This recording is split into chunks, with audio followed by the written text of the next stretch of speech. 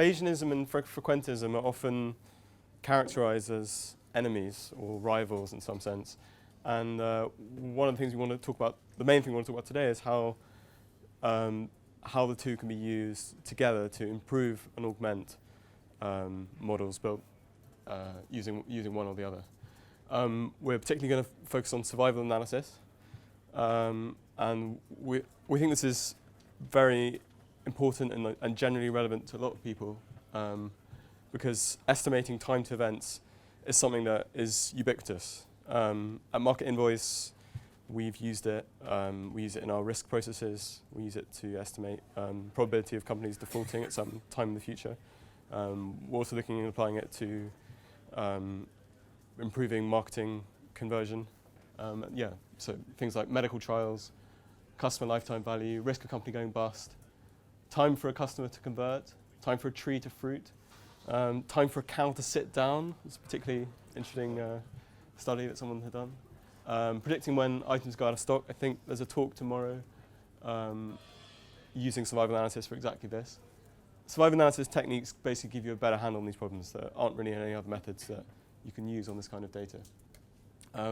So our objective today is that in this tutorial, we take you through an end-to-end analysis process, right from dealing with the raw data and getting that into a good, usable, tractable form. We're going to fit 3 different categories of models, and you should leave today confident that you can apply what you've learned on your own problems. Just before I go on to what we're going to discuss today, I'm Jacob, and this is Jake. It's just been quite a confusing distinction for many people while I've been here, but we are different people, and probably, and we're both from Market Invoice, in the data team at Market Invoice. So today there's going to be 5 steps: setting up, getting things installed, getting things running in your notebook,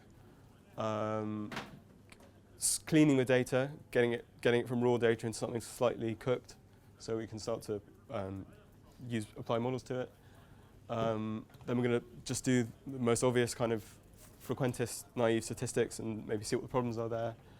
Then we're going to go Bayesian for the first time. Then we're going to actually extend what we can do with that model by going to a frequentist model, the Cox proportional hazards model, which is probably the most famous survival analysis model. And then we're going to go even more Bayesian from there, and that'll be quite exciting when we get there. So is everyone in the Slack channel? Okay, well, either go to the Slack channel, which has a link to all the resources that you're going to need, or go to jakecoltman.com, Jake, not Jacob, /post/PyData, and that should give you pretty much everything you need. Sorry, which Slack channel is it in? It's in, it's called Bayesian_survival. That's got the link in it. Do you want to mention what's here? And so what's on that page? We've got the data that you need with a hyperlink there. And we've got a selection of workbooks. This is basically so that we'll start from the base workbook, and if you fall behind or you don't quite complete the exercises, you can go into the next workbook and still keep up with the tutorial. We don't want to just have people not just falling behind and getting bored. And then there's a kind of full version at the end. There are 3 libraries that you need: Lifelines, PyMC, and a new library which Jake will talk about called PyBMA. All of these can and should be installed using pip. So can everyone maybe who's planning to follow along do that and get the data? Sorry, is that readable at the back of the room? There are going to be large gaps where people are trying things out interactively, so it'd be helpful to. Is it Python 2 or 3? It's in Python 3. I may run in Python 2. I don't see any reason it wouldn't, but I'm not 100%. It's not. Yeah, to be clear, it's PyMC2, not PyMC3. That's the important point. That's the only important point about these libraries. Do we need a Fortran compiler? No. No, I don't think so. What?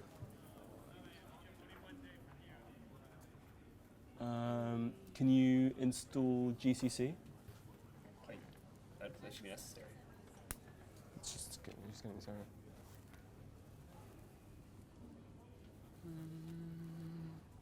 Not an error I've ever seen before. I would. Have you got? Can you maybe install GCC? That should have a Fortran compiler. I don't know if you can do that with. Is that a Mac? Maybe just try brew install GCC. It's installed. What? Okay, so just try. Okay. I think if you've, GCC should have a Fortran compiler. But in general, are people managing to install it okay? That's ideal. Which is? Oh, so PyMC is actually pre-built on Conda. So if you try and Conda install it, then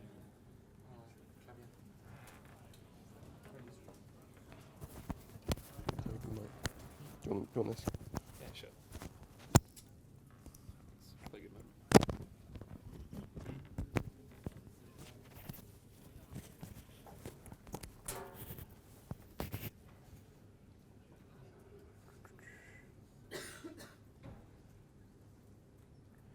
So in terms of running the notebooks, like the way it's set up at the moment is probably easiest just to download the base one, save it to your computer, put it wherever you're running your Anaconda instance, and then load it up in the browser.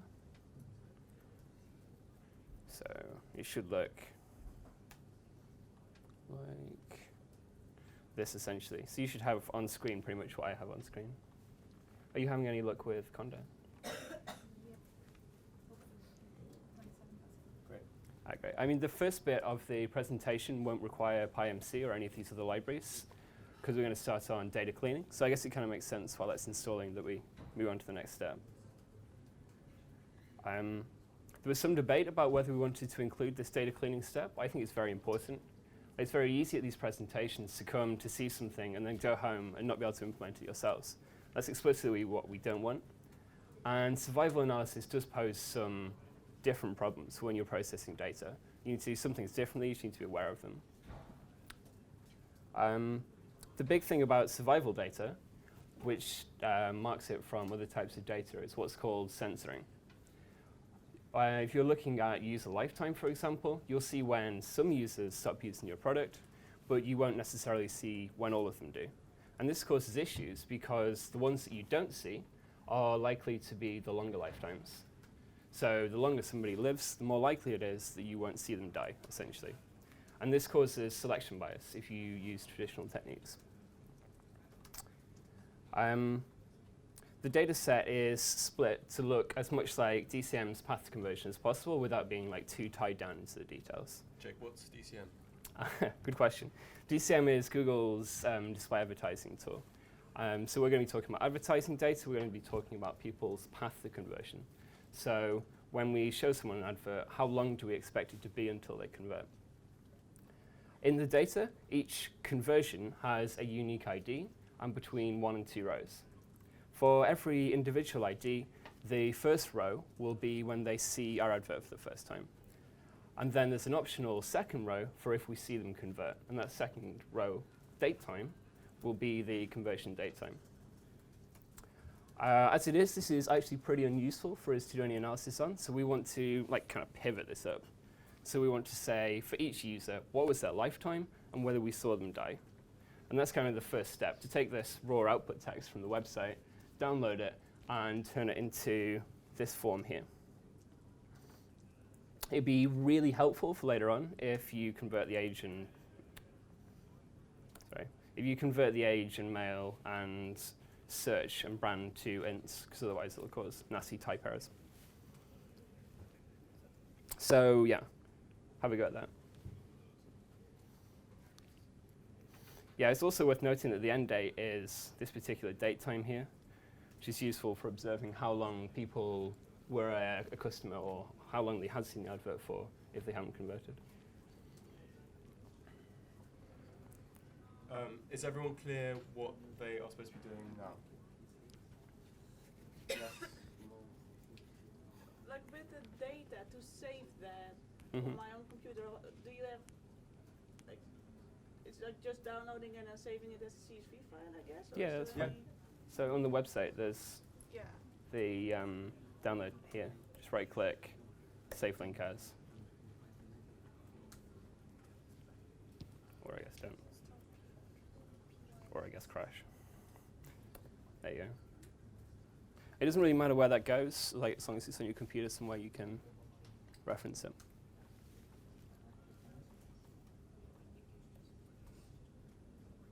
That's a mistake.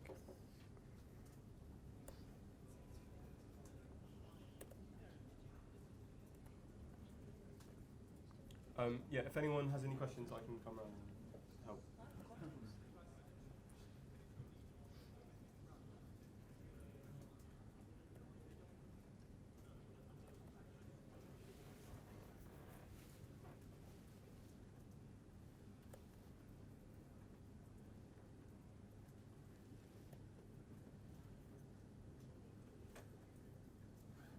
So way to, oh wait, I have to.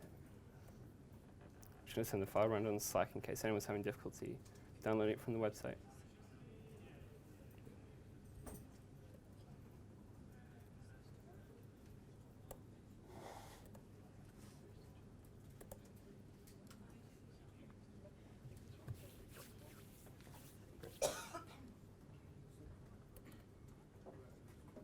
With the pandas talk this morning, they use all this. Yes, indeed. If anyone was at the pandas talk this morning, they might have learnt some useful techniques for dealing with this. Yeah, I have to confess I abandoned pandas. Just read it through. It's only about 3,000 rows. So just in terms of example, like this first ID here, we're seeing only one row for it. That means that they saw an advert, but they didn't convert. So we know when they first interacted with us, but there is like no endpoint, so they're censored. Okay, maybe we'll give you sort of 3 more minutes. I mean, how many people have finished? How many people making any progress with that?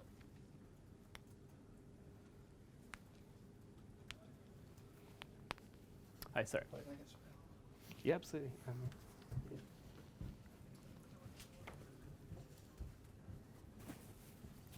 So, yeah, so just save that.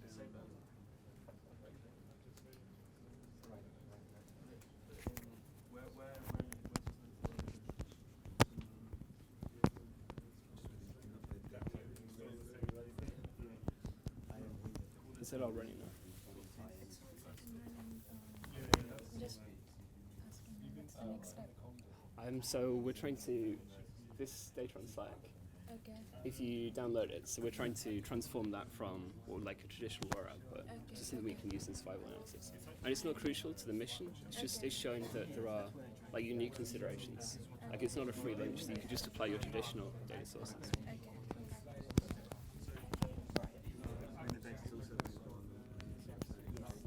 Yeah, I prefer the Slack one. I think it's chopped aligned endings, maybe off the website. I like the Slack thing, but I lost it. I can't find it. That's why I found it the other way. If you're installing PYMC, Yeah. Yeah, so I got the similar Go the Conda style. Yeah, I think Conda's probably a better way to do it. It's on Slack.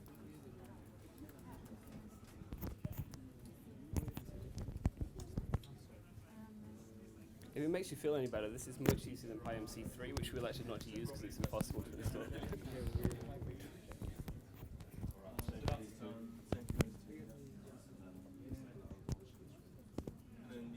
maybe I want to see if we read it into here.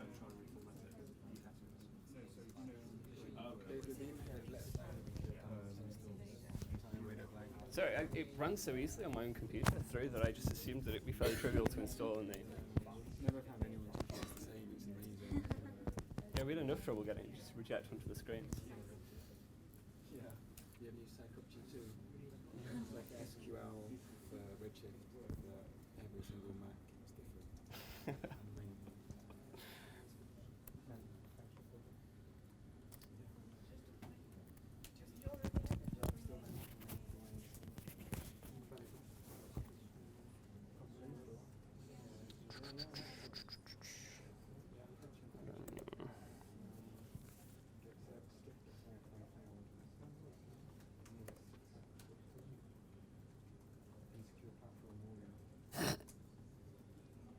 Alright, basically to speed things along, I've got an example of how I did it. This is like a wildly inefficient solution to the problem. I tried doing it using pandas. It turned out to be too complex, which is a nightmare. So conceptually, it comes across. It says for each row, am I a new conversion? If it is a new conversion, it records the starting date time. It's the date time of the advert. If it's not, if it's a completely new one, then it essentially marks the previous row as censored data. I don't think it's vastly important that we actually go through this ourselves. It's just useful to be aware that this is difficult. It's like, it is something which is a substantive change from normal data sources. Like, you should be prepared for this upfront time investment in sorting out your data, as in all data analysis, really. Convert to days. And then the data ends up looking something like ahead, where this lifetime figure is in days.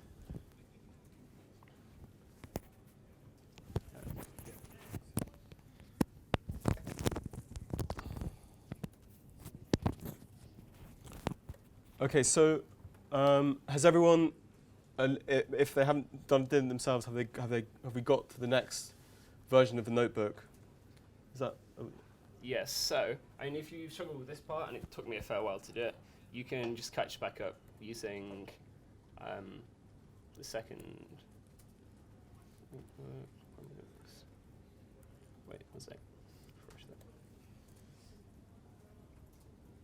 There you go. Yeah. So Data cleaning done. there's a workbook called Data Cleaning Done, which just takes you to this point with the data cleaning done. And the same will be true throughout the presentation. You fall behind, you can jump back up again. Okay. Yeah. So now I want everyone to just, how would you? We've got this clean data set. What kind of statistics might we want to get out of it? And can you just compute a few of those? And that should be pretty straightforward, and we might just have spoiled it for you.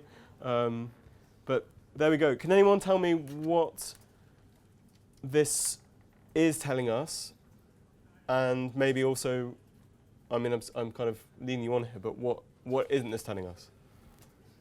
Anyone got anything to say about this? Just doing the median, doing the mean on this data set. What are the risks of doing that? In terms of trying to learn what's going on. Well, the mail is binary values, so mean doesn't make any sense. How do you mean, sorry? Min what? The mail value, for example, is a binary value. So Yeah. using mean or median of this doesn't make any sense. Correct. No, ignore those. Like the core thing that we're focusing on here is this lifetime one. Well, sorry, yeah. The main thing we're interested in is the lifetime value. Okay. So just bearing in mind what we're talking about with the censored data, what I mean, what are the basic problems with just if we stop the analysis here and we wanted to estimate the average lifetime of one of these users, what might we not be taking into account?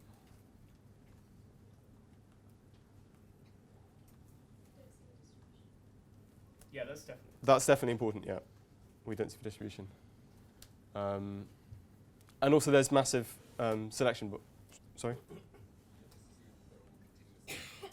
assume that.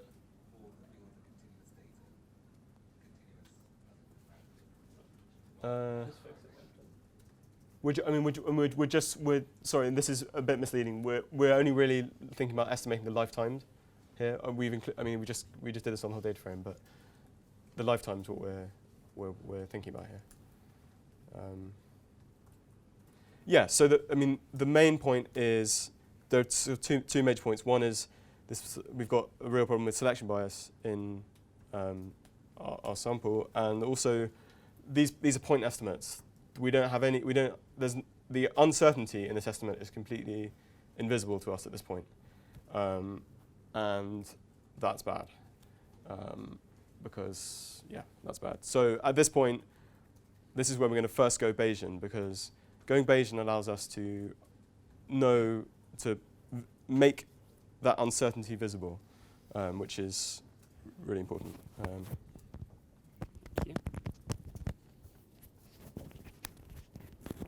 Okay, so at this point, we're going to introduce the library PyMC.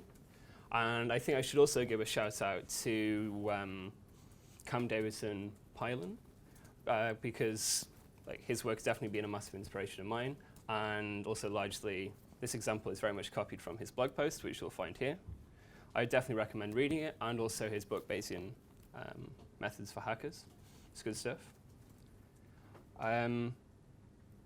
So what we have at the moment is a point estimate of the median and the mean, and we want to estimate what the average lifetime of a user is.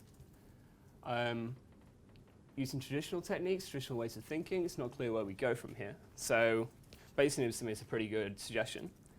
One of the core essences of Bayesianism is thinking about data generation processes. Like, how is the data that I'm seeing being generated, and how can I model that? What we want to do is we want to assume that there is some underlying distribution of users and how quickly they're going to convert. And we want to identify what the best distribution is for this. And Bayesianism is a really good fit for this. The nice thing about PyMC is that it allows us to encode our assumptions really, really straightforwardly. So we say that there is some lifetime, which is this. This is what we observe. Now, this line here is somewhat complex, and I wouldn't really try and read too much into it. It's just something to hack around the fact that we're using censored data. So just kind of take that as read. What we're saying is that there is some distribution of lifetimes, and that they are censored. And we want to identify what distribution is driving this. For this process, and pretty much throughout this entire talk, we're going to assume this Weibull distribution. This is in no way a substantive assumption. What we're saying is that there is some distribution, that we can parameterize it in some way, and it's in this broad family. And the reason that we want this is so that we can break down distribution space into two different numbers. A Weibull distribution has two parameters. It has alpha and beta. This concept can sound a bit intimidating. I imagine a lot of you are more familiar with normal distributions. In some sense, you can think of alpha and beta as analogous to the mean and standard deviation. There's not a one-to-one mapping there, but the core idea is that you can describe the entire distribution using these two things. So rather than mean and standard distribution, you've got alpha and beta. The second big thing about Bayesianism is this concept of moving from priors to posteriors. So we need to specify going in what we think alpha and beta are. Now in this case, I probably don't have any great idea. It could be really anywhere, just nothing to add. So I'm going to choose this very flat distribution. And uniform is a really good choice for that. It essentially assigns every possibility equal probability. Later on in the talk, we'll see how we can play with this. So if we did know a lot going in, say we've done several studies beforehand, we can change this to be a lot more informative.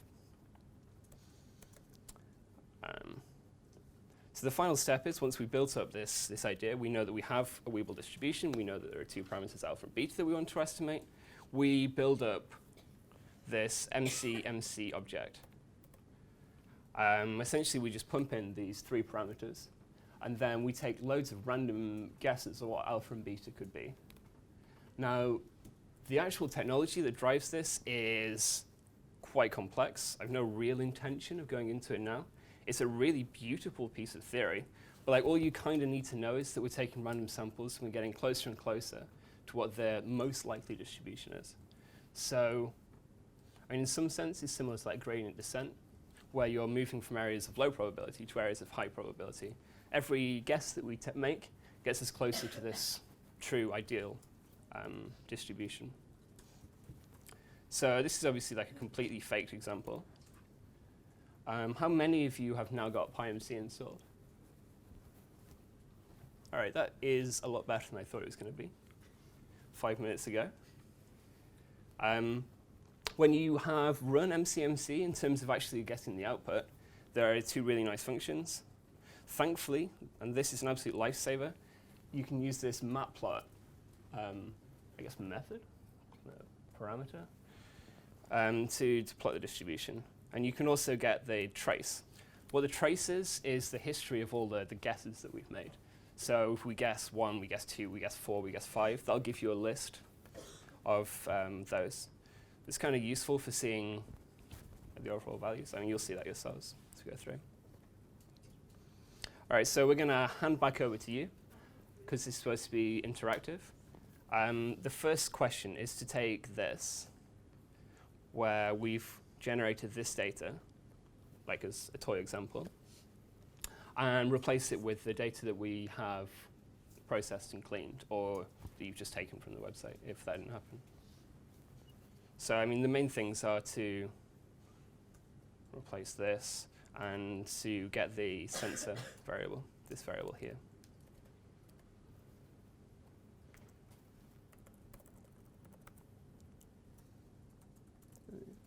And that lifetime variable.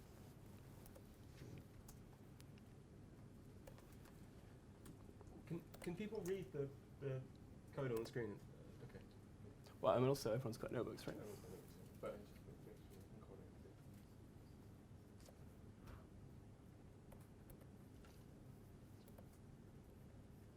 Don't worry.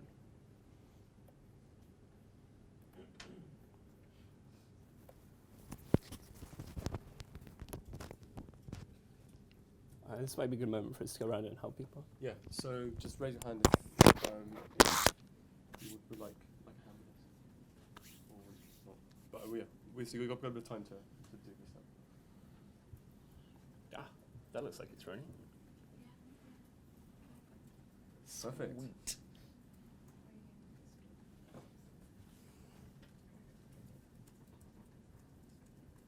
You on that? Yeah. So you're doing better. You're about to start.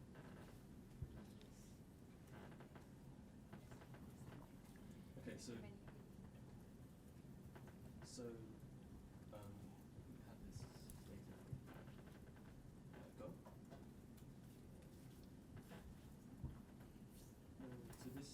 this is the random data. Basically, we want to replace this random data with the real data.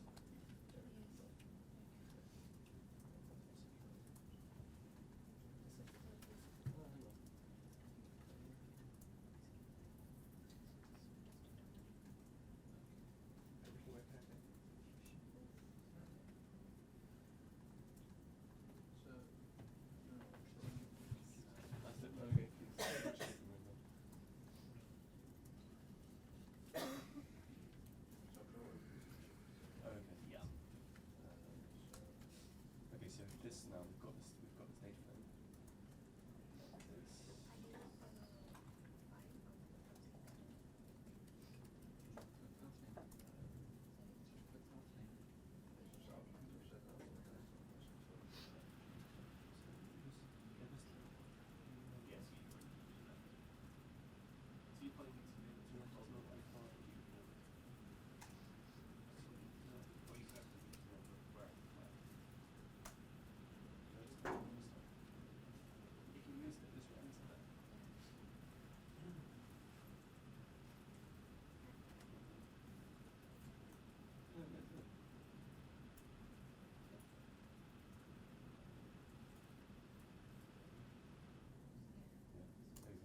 So now,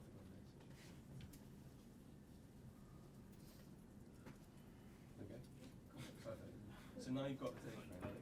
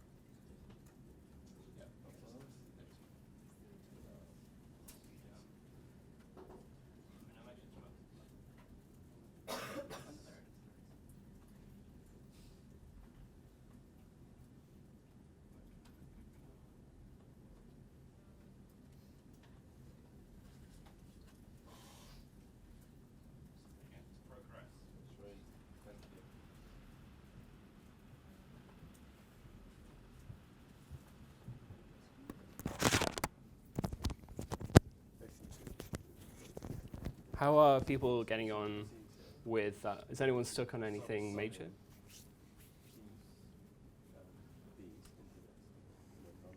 think my code is working, but I'm not really sure how to interpret the graphs. Yeah, that's going to be the big focus of the next section.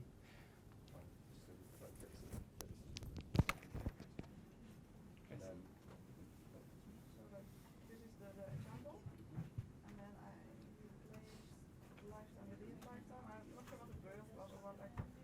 So the employment part, like get rid of the directions of it. Yeah. Sure. The key value we need to replace is sensor. So in the data that's been generated, he's also calculating the sensor. So we need to replace that with the data that's loaded. Sort of. So do you have the key for printing out? Yeah, well, this is one. So df.event is if we see something convert. Just like in some sense the Right. opposite Whether of they. our sensor. So sensor is like really the filter on which data or what. Yes. So it's going to essentially just get functions just like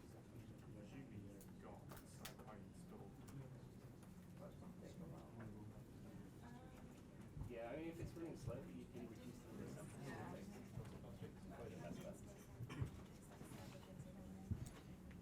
Question over here. Do you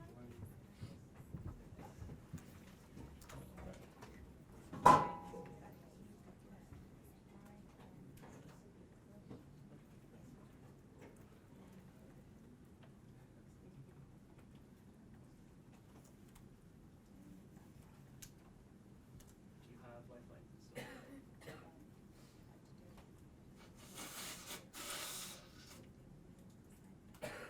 We don't have Cypher.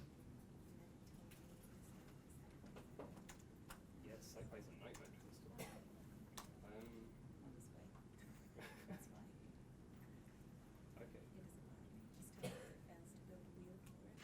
Yeah.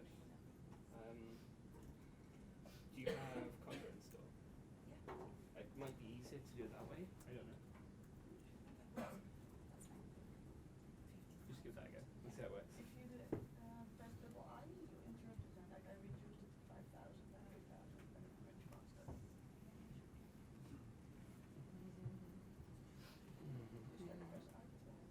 I twice. And then I can change the track. Oh, I can change it. 5 and 3,000.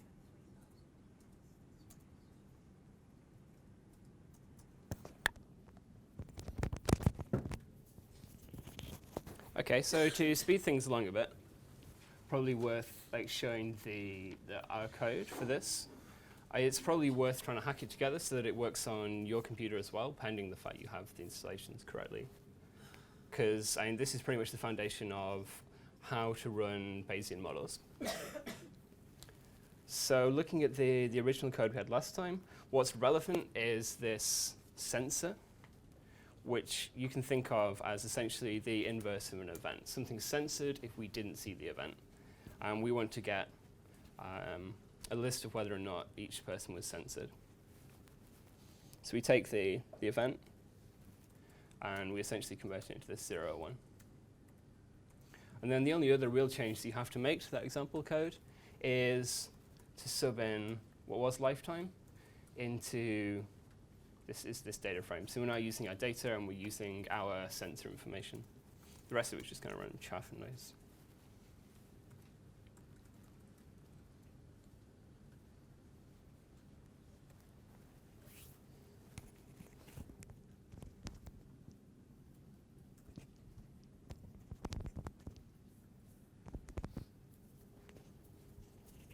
So we've done In part 1. we've done part one and now doing two.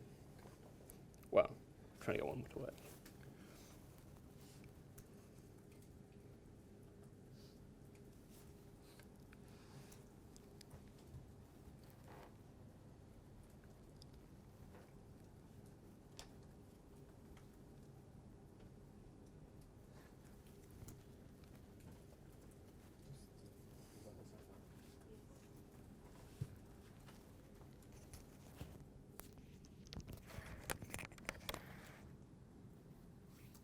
Conda install working for SciPy? Okay. And we won't be using this for the entire presentation. We switch onto onto Lifelines. So maybe that actually won't be too good for you.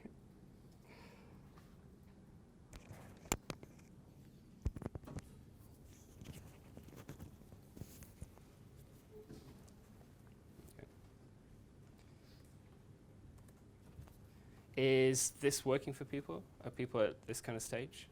And if you're massively stuck, then we can definitely help. We can talk through things a bit more.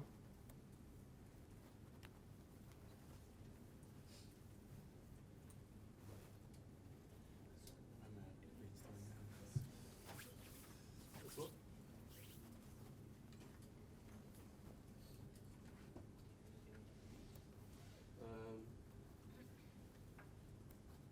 I mean, yeah, it's a different notebook, right? So you should so I'll do that.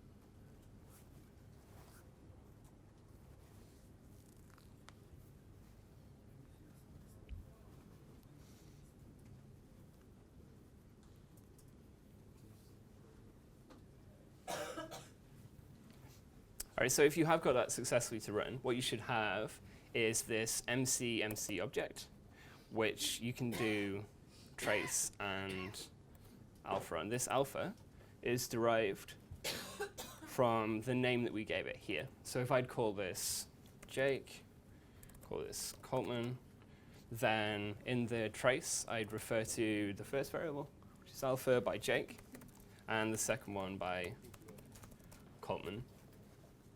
And then each of these traces will give you a list where the length of the list is the number of samples it took, and each element is the value for alpha or beta on that iteration of the algorithm. Now, bearing in mind that we can calculate the median of a Weibull distribution by this formula, I guess the next step is to try and get something meaningful out. Like, it's not too meaningful to know alpha and beta is. What we want to know is the median. So we want to use those trace outputs to calculate this median value. But I mean, if you're still getting this to work, I think it's probably more important for the moment. It's also worth mentioning, if you are massively stuck at this point, there is one more notebook that's going to essentially have done these. So the rest of the presentation won't be closed off.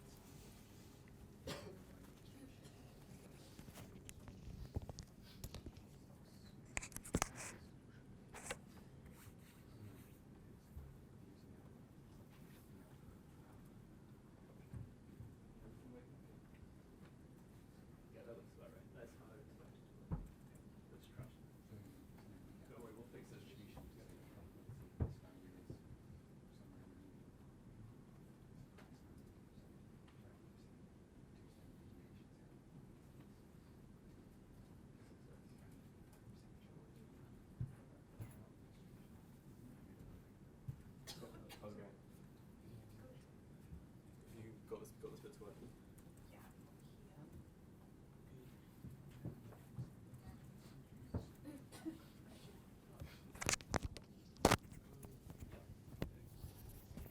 It's probably worth mentioning that the actual output that this will produce looks trashy. It looks terrible. So if you think that you've got it wrong because it doesn't look nice, then I wouldn't worry too much. We're going to resolve those issues in the next couple of stages of the presentation. Oh, I was just talking to how you'd rename it.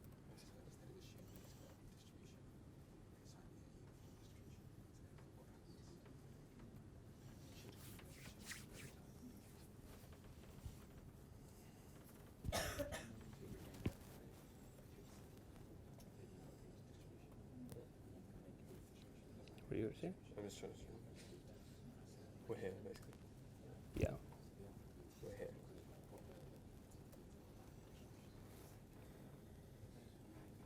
All right, so walking around, it seemed like a lot of people had some output. Have you been able to turn that output into traces? Are we okay to like cover how we calculate the median? Yeah. No? Trace? Yes, no? Traces? Who's seen a trace?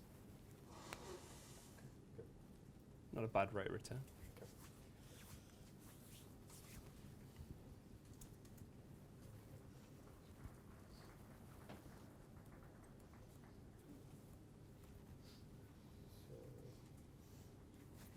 Do we take over?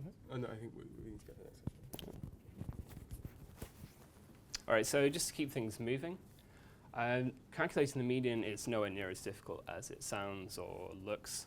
Like you can quite simply just loop over all of the samples. Each of those samples is a guess at the true values, and if you sweep across all those guesses, then you get this estimate of what the median is, and you get this nice distribution. So some of the guesses will be too high, some of the guesses will be too low, but the main weight of the distribution will be at the correct value. The nice thing is you'll also get to see this spread from the histogram. So going through the code, this line here is just a straight transformation of a circle on the screen. Obviously, there's no difference. Beta times log 2, 1 to the alpha. So beta times log 2 to the power 1 over alpha. And then this function just does a list comprehension over the whole thing. And if you have other metrics that you want to calculate from the data, you can do very much exactly the same. So you just change this function and then loop over. And importantly, there's no aggregation happening here, so it literally can be anything. If you wanted to do the mean, you could just sub it in, or the range, or any of these things. As long as it's calculable. I note how we're getting the traces here, alpha and beta. For those of you who aren't familiar with how zip works, it takes two lists and essentially pairwise combines them. So it's just applying the first element of this, the first element of this, and the first element of this to this function, and then the second element of this and this to the function, and so on.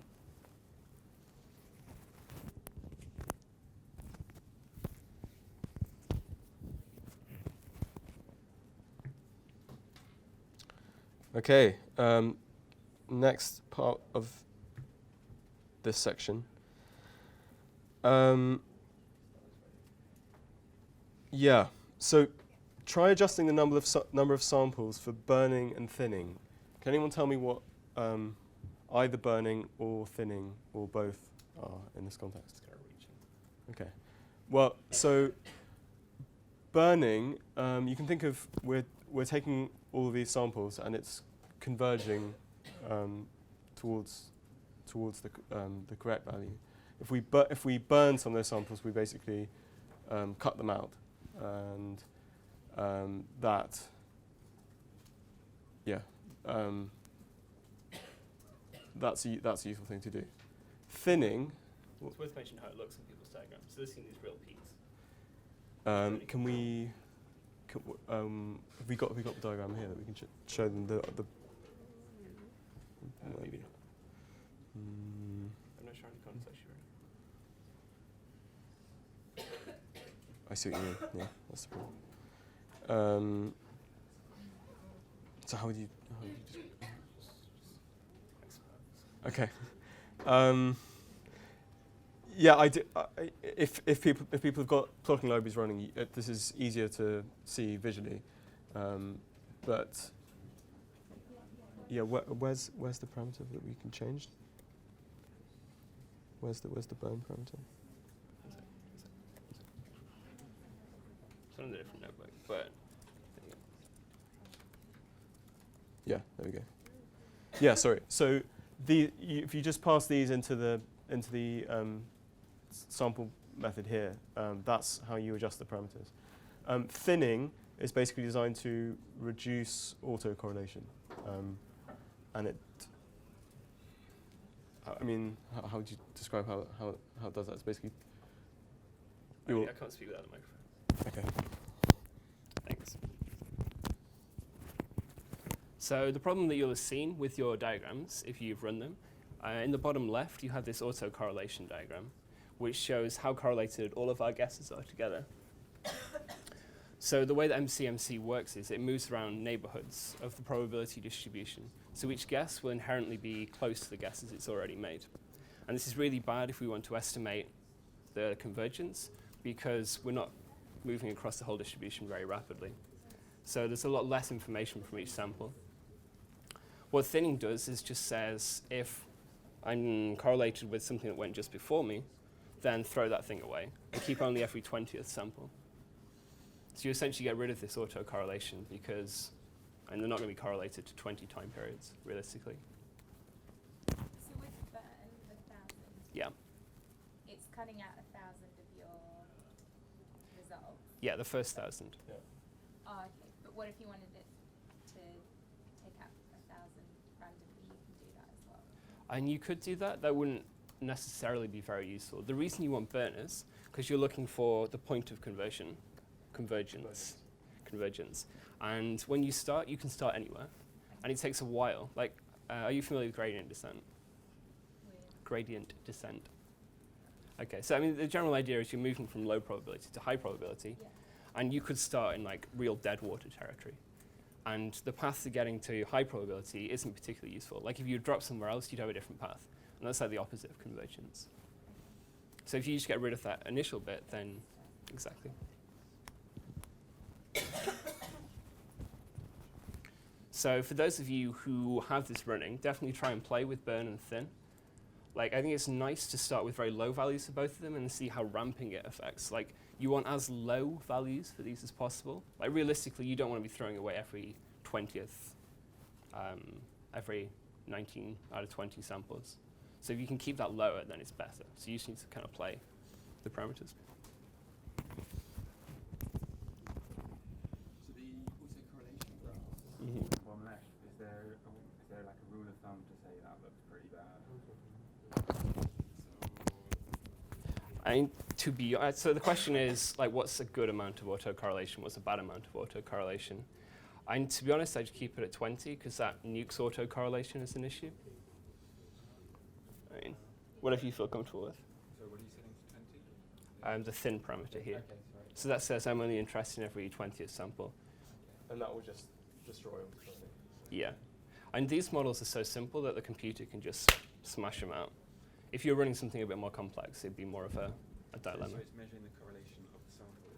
Yeah, it's the correlation of each sample to the ones that went before it. Okay. And that's clearly bad, right? If you're trying to get independent samples from something. Trying to get random. Exactly. Right.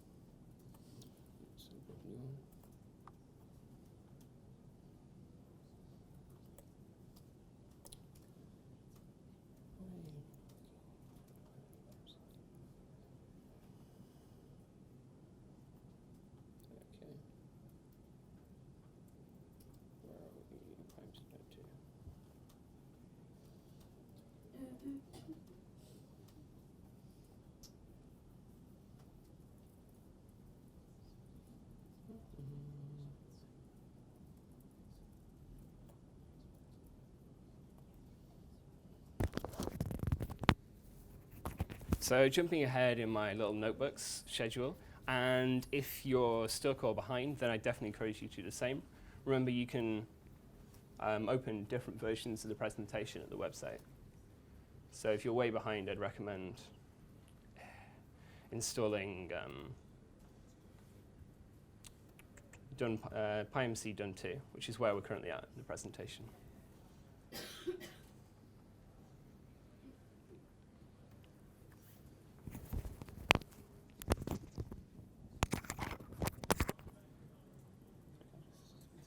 Yeah.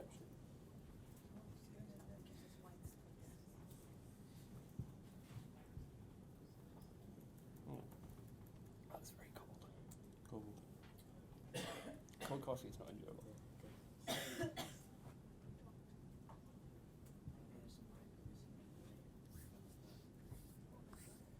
How's sci-fi looking?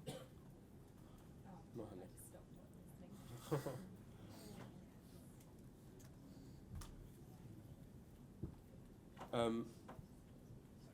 if people are starting to see the effects of adjusting burn and thin, you might want to also try adjusting the prior and see how that affects the estimate as well.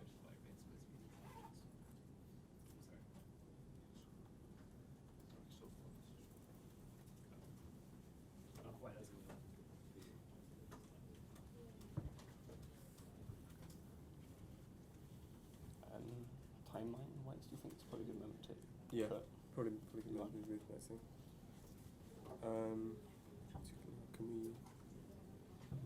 Can we see? We can just skip this. Yeah. Because we'll do that at the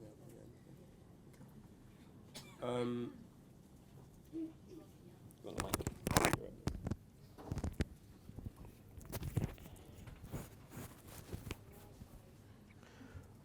There's a section here on how playing with the priors impacts the overall result. We're actually going to talk about varying priors a bit more later on, so we're just going to move past this section in the interest of time, so we can get on to the Cox proportional hazards model. Now, we are, at this point, we're returning to frequentism with probably the most famous survival analysis model. Has everyone installed Lifelines by now? Most people, good, okay. Yeah, the documentation is here. It should be very easy to use. Yeah, so I guess we should say a bit about why we want to use this at this point. At the moment, we can't really look at how covariates are affecting our estimate. So the Cox proportional hazards model is kind of analogous to like a linear regression for this kind of data, for this kind of survival analysis data. Yeah, I mean that's obviously something that is desirable and crucial if we want to look at covariates at all. Using Lifelines, have a look at the documentation and see if you can plot the baseline survival function and predict the functions for a particular set of features. And then the third question as well, plot the survival function for two different set of features. These three things should be reasonably straightforward using the documentation. It's worth mentioning why we use the documentation. Why? A real world experience. I think we're trying to show how to do real life, big part of real life analysis. Yeah, well, as in use documentation. Yeah, I think why we're not just showing people that. Yeah, I mean, I guess the point, the reason we're giving you this and showing and not showing you exactly how to do it is because this is how you would deal with this kind of problem in real life, right? You saw a library, look at the documentation. We hope we've chosen a library that is well documented and well written in the first place, and hopefully this will empower you to think that it's actually not that difficult to do. So there you go. Worth giving it maybe. Okay. Yeah. Could have on screen. Great.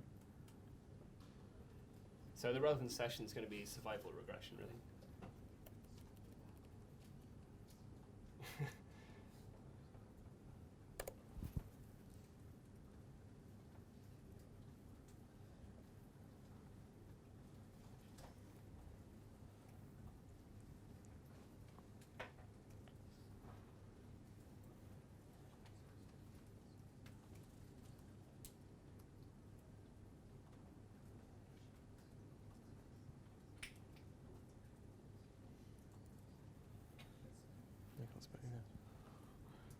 No, you're right. He's terrible for spellings. He really is.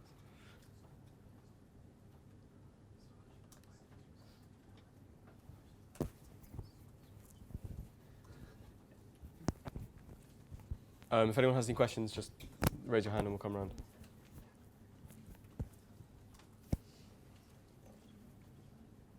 Still, I'm gonna get there before the end of this session. Is it installing still? Yeah, I've totally reinstalled our content. Okay.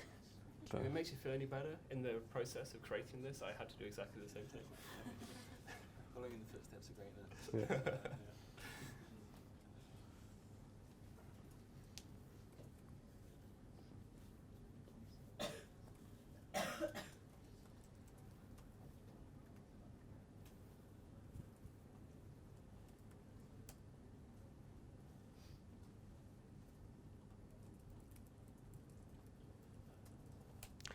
Just out of interest, how many people in the room have done any kind of survival analysis before? 1, 2, 3. Okay. No, a few more. 5, 6.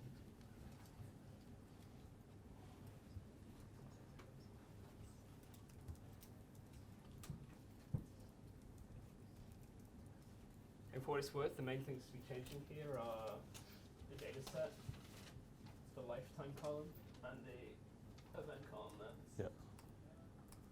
So hopefully it shouldn't be like too crazy difficult.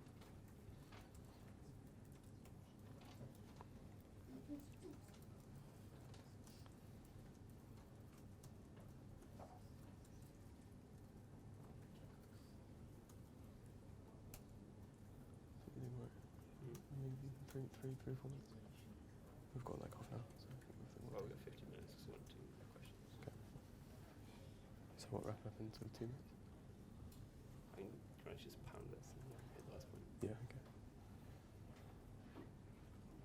I was very concerned that we'd only have like 45 minutes of material. I was not concerned. How is that looking in terms of insertions now?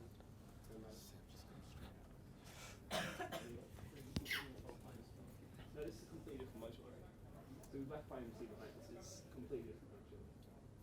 As in, like the rest of the stuff doesn't matter. Like that was stage 1 for data analysis. Now we're moving to looking at the effect of covariates. So I mean, as long as you can get lifelines installed, like IMC is going to help. Yes, but I suppose it's just worth reinforcing at this stage. We talked a bit about in the beginning about how Bayesianism and frequentism were not kind of like opposites or like a choice you had to make. You know, you had to go down one path and not the other. What we've just done is we've started in very naive kind of traditional frequentist basic statistics. We've moved to a Bayesian model, and now we've come back to a frequentist model to take the analysis further, to doing something that we couldn't do in the previous kind of Bayesian model.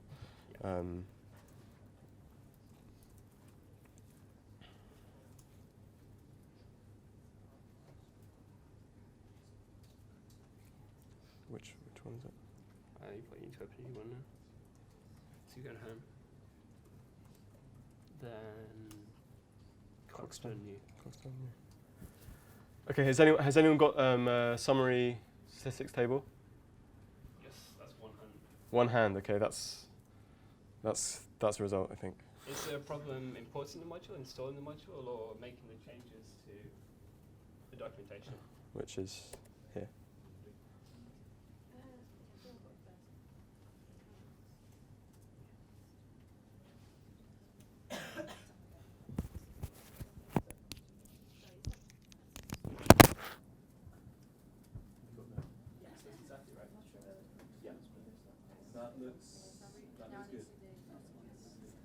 Yeah, I mean, how much so like the idea is there's a lot there that shows you the broad stuff. How you doing? If you'll make it faster, we'll have to Not good. So there's fully worked examples. Not bad. Through them all. That looks like it, yeah.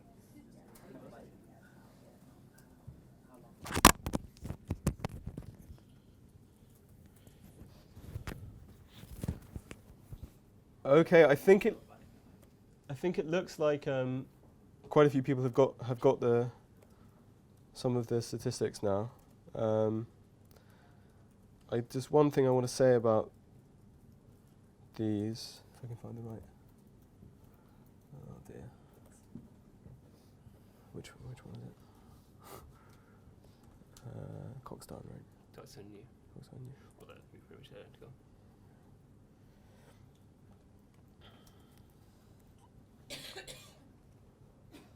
I mean, for what it's worth, you could open the final one. Yeah. Where's?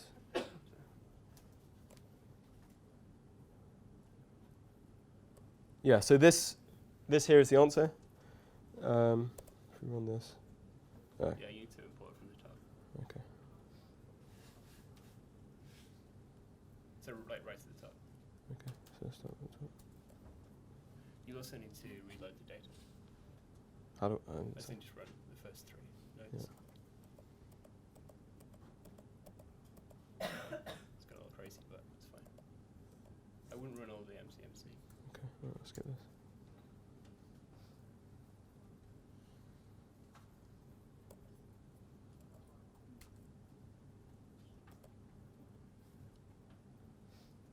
Yeah, Doesn't seem to like that. just run. This one? Just run it. So if you succeed in running this yourself, you'll know that it's like a whole turn faster than MCMC because it's a like properly frequentist tool. It's just trying to maximize. It's not doing this whole sampling process. And this is running crazy slowly because it's waiting for MCMC at the top.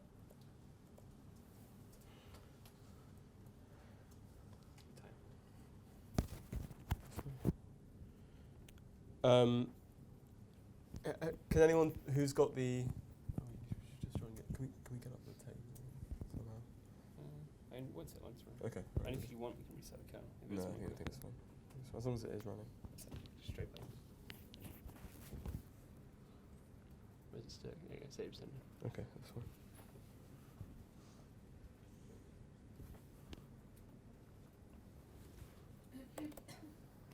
And then we'll just so talk about that. Try this. Yeah, and then mention what let's go survival for it. functions are. And what baseline is. So baseline's like good set. Shit. There we go. All right, here we go. So here's our nice kind of summary statistics table. This looks probably quite familiar to any of you who've done kind of standard regression.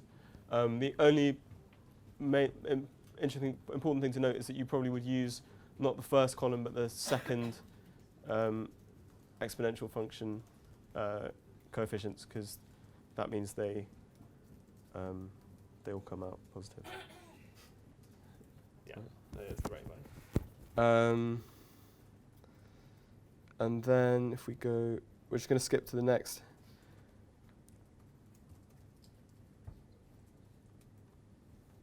Just want to make sure it's 5 words. So, yeah, so I guess the important concepts in survival analysis are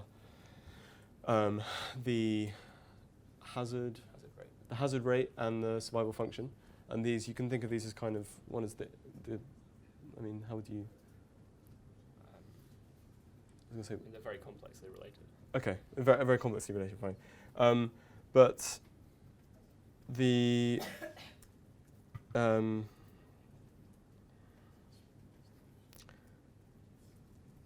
yeah, what was I going to say? Survival function. Probability being alive.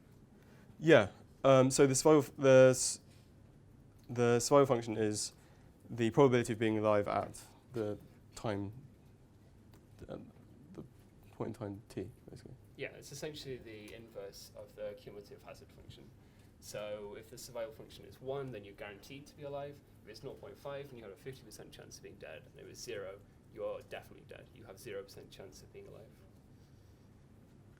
So yeah, we have a baseline survival, which is effectively The intercept. effectively the intercept, and then we have the survival with as influenced by the covariates. So if we plot this,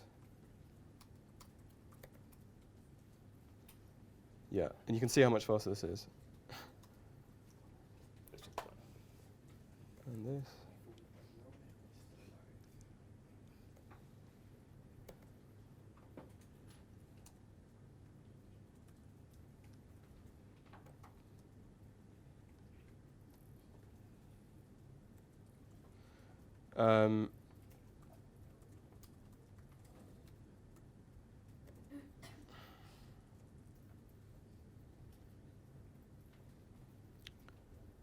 So now we want to plot two different curves for different covariates against one another. You get that? Can anyone think how we would get the odds ratio for these two? Whoops, for these two variables. So the proportions, Yeah. one over the other. Very good. And that looks like this. So that's the relative likelihood of the two of them. Okay, so at this point we've got quite a nice model that enables us to see the effect of covariates on the survival function, but there are still problems that might not be immediately obvious.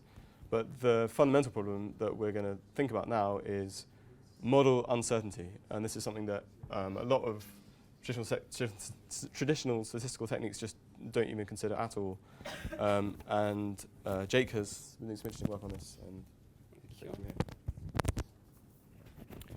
so traditionally, when you have a model, you calculate some test statistic about how confident you are, whether it's like t-test, p-test, these kind of things.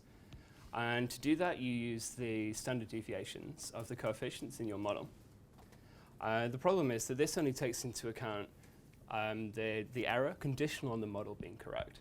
If your model is wrongly specified, it has the wrong covariates, it doesn't have covariates which are in fact important, then your model will be invalid and your standard errors won't be right. And this is a big issue because you can't test whether your model is correct using the standard errors, because if it's wrong, it'll be giving you wrong numbers. How to actually deal with this in practice? The most common approach is to essentially pick selections of different covariates and run them in the model and then see how they compare against each other. So often you'll have the whole model and you'll take one away, you'll take one away, take one away, or you might add one back in, and see whether the addition or removal of that variable affects the model's performance in a significant way. And then at the end of that process, you say, this was the best model. It performed the best, and therefore I will accept it as truth. And then you'd go away and you perform your tests. The issue that you have is that you are just discounting this probability that your model is wrong. And let's be honest, almost all statistical models ever made are invalid in some way. It's so easy to invalidate them. So what we want to do is to account for this uncertainty. And Bayesianism is a great tool to do this. And this is a really nice example of how frequentism and Bayesianism can work together. We've got 90% of the way using frequentism, and we can augment it really easily using Bayesian methods. How we're going to do it, it sounds very, very simple. I thought it was going to be very, very simple, and then the maths turned out to be a nightmare. But the good news is that we can essentially outsource this complexity to stats packages. It's easy enough. And the output is an API that looks pretty much exactly like the Cox proportional hazards one. But instead of just taking the most likely model or the model that you select, it essentially averages across all models weighted by how likely that model was. So we have 2 or 3 different good models which kind of capture something about the world, but we're not 100% sure that they're right. We can say, well, I'll give X% to this, Y% to this, Z% to this, according to how likely those models are. Now you might be asking, how do I work out how likely a model is given the data? It's kind of fiddly. You don't have to worry about it too much. In the back end, there's some like mathsy approximations, but the core point is it just says the better a model, the more weight I'm going to give it. And the advantage of this is it allows us to see like how robust our models are, like how sensitive they are to our model being correct. As with the Cox, Are they in the right notebook? Do you need to know that? true. Second, which is the grade. Whole presentation. Wouldn't you? So the API for this library is designed to be as close to the Cox proportional hazards one as possible.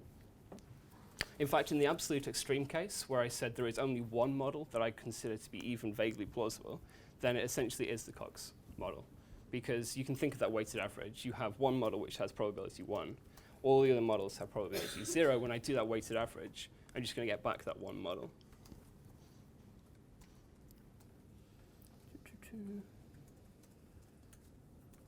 So here is how you would fit it. This is the third model we mentioned at the start. It's called PyBMA. It's essentially a port of an R library called BMA, but a partial one. It only at the moment deals with survival analysis. Did everyone manage to install this all right from pip? Okay, cool. So, I mean, to run it, we just import it thusly, and then it's the same name. Same fit, takes the same parameters. So you got your data frame, the name of your lifetime column, and the name of your event column. The only difference is this new thing here called priors. If you want, you can just run it like that, and it will assume this default prior set. What this prior set is saying is that going in, I have no opinions about what the model should look like. And we can vary this according to what we actually think. So if we're looking at, say, the effects of smoking on cancer, we can say I actually consider it to be very, very likely that smoking should affect cancer. So I give that a very high probability. And that allows you to like kind of narrow down space. In addition to just trading off different variables, you can also do something that looks like this. If you assign every variable a low probability of being in the model, what that says is that there aren't some variables I consider more likely than others, but I think that the true model should be very parsimonious. So the probability of any one variable being included is 0.3 going in. That means that the models that are produced at the end will have fewer variables than if we assume 0.5. Now on the spin, say I want a very complex model because I want to show off. So that's a 0.9. Then it's going to drag in more variables than perhaps it needs or it should. So for this final one, that's an example of how you could set the priors if you're very, very confident that this coefficient here should be included in the model. And the only real times you should consider being this extreme is like the smoking case, where you have a lot of prior information going in. You've done studies before, you've seen other pieces of evidence, and you have some good reason for it. So yeah, just try giving those a run. I think the most interesting thing is to compare the summaries, how they compare. Come now. Sorry, I just set this back up again. Hoisted by my own petard.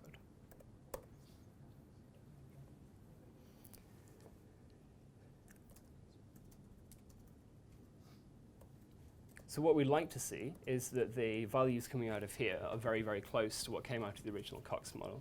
What that would suggest is that our original model was correctly specified.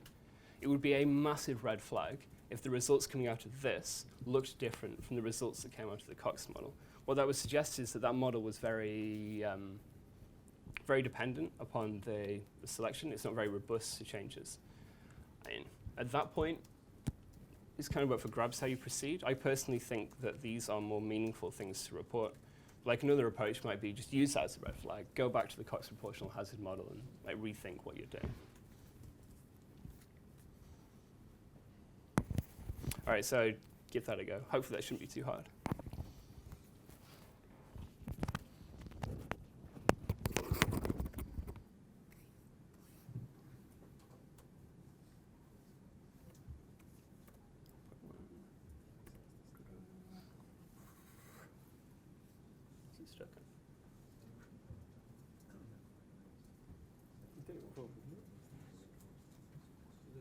Oh yeah, shit, it's just really slow.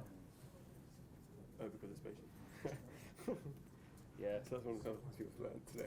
So for the 0.3, the prior play round, Yeah. prior 0.3, is correct or not? It's the probability, sorry, the question is what does a prior of 0.3 mean? What it means is that going in, I think there's a 0.3 chance that that variable exists in the true model. Okay, right. So I think it's quite unlikely that the true model will include that. Is on the outcome.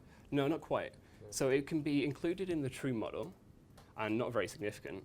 Right.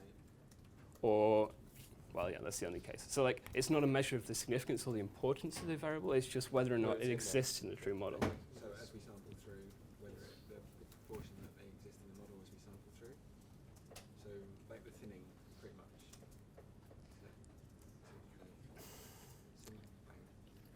So like behind the scenes, how this works is it generates every possible model in model space. Yeah.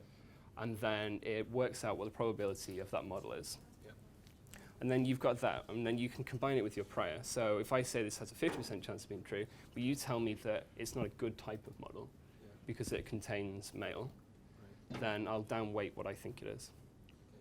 So it's like a weighting together. So yeah, you're assigning a prior as to how significant male is in the usefulness for the model, or in the Yeah. Yeah. Yeah, it's a nice tuning parameter.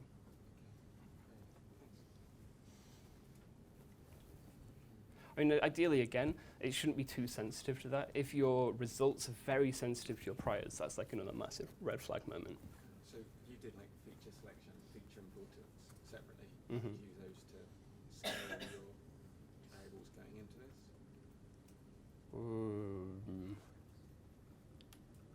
Yes, I'd be happier if you used a different data set because you're kind of counting it twice there. So you can't run it and then update the priors and then run it again because you kind of like, I mean, you're going to guarantee your answer there. Is there some way of, if I understand right, of trying to say, as you sample all of your potential models, Mm-hmm. what's the most likely out of that? Because I think what you're doing is you're placing a prior onto basically to go through that space there, and then see what you're doing is you're coming out with a result and saying, does this now fit what I had? Yeah. So in a sense, you're testing for stability of what you came up with. Yes, As exactly. opposed to necessarily saying around the other way of saying, okay, yeah, I have smoking, I've got male, I've got all these things. How can I find out which one is the right weight and therefore what's the survival? Yes, you could definitely do that. You could use, you could calculate the most likely model and then just say this is the model I like. That would be no problem at all. But that doesn't really gain the Bayesian advantage. And conceptually where I'd come from this is that that is the most likely model, yes. But the other models still give you information. Like, if you discard those, then you lose something. Like, your best model won't be a valid or like true model. It's not going to achieve like this platonic form of. It doesn't have a prior, basically. You're saying if you do that, it doesn't have a prior. No, I mean, I'd happily discount the prior. Like, if God could come down and say this is a true model, then the prior doesn't matter. Yeah. The thing is that every model will always have this probability of being false, and realistically will be false. Yeah. So if you can combine like this, all of these different like slight views on the truth together, then you can get one bigger overall picture. What happens if you have really two very different survival rate distributions? Mm-hmm. So out of those four variables that you have, three of them determine one particular distribution and two of them determine another. And what you're seeing as a whole is really no overlap to those two. How can you distinguish between the clusters? Sorry, the question is, if you have heterogeneous population, you have two different distributions, how do you go about separating them out? It's an excellent question. It is phenomenally difficult. It's just way beyond the scope of this. Right. So, I mean, there is a lot more stages you can go with this, but yeah. And at the moment, we're assuming that there's this constant distribution. Like, it becomes really difficult really fast when you start doing stuff like that. Yeah. Yeah. So the question would be like, imagine if you had, your population was in two clusters, right? People who live a short time, whose lifetimes you observe, people who live for 6 months, and you observed all of them, and people who live for 10 years, and you only saw, 3 months of them. That's well, right. I think if that's the case, it becomes easy. Because Yeah, that's you fine. see the survival time. Yeah. There's more people who live. You just see 5 to 6 years survival time. Yeah. But actually, what you find is that the male smokers have a probability of 1%, Yes. and the male exercising smokers have a probability of 90%, whatever it is, in terms of a classic Poisson type rate. So if you take the average, you get something which doesn't describe either, and you're not really going to get out of it. Yeah, I mean, realistically, in that scenario, none of your models are right. What you need is a model where you have this inbuilt heterogeneity. And they're not too difficult to do, but it requires a lot more work. And if you're interested, one thing I would look at are frailty models. So they try and estimate like the propensity of a person to convert.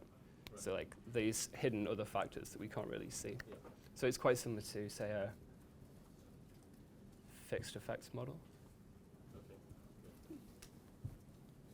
Yeah. Can I get a reference of you? Can I do what, sorry? Sorry. Frailty models? Yes, yeah, frailty models.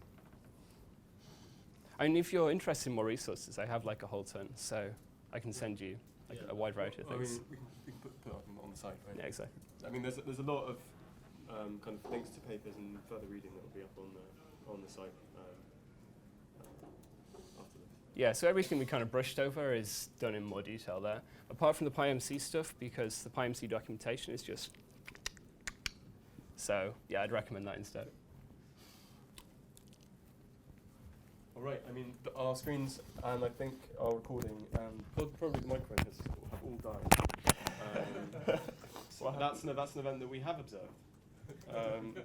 And yeah, so if anyone has any questions, now's the time.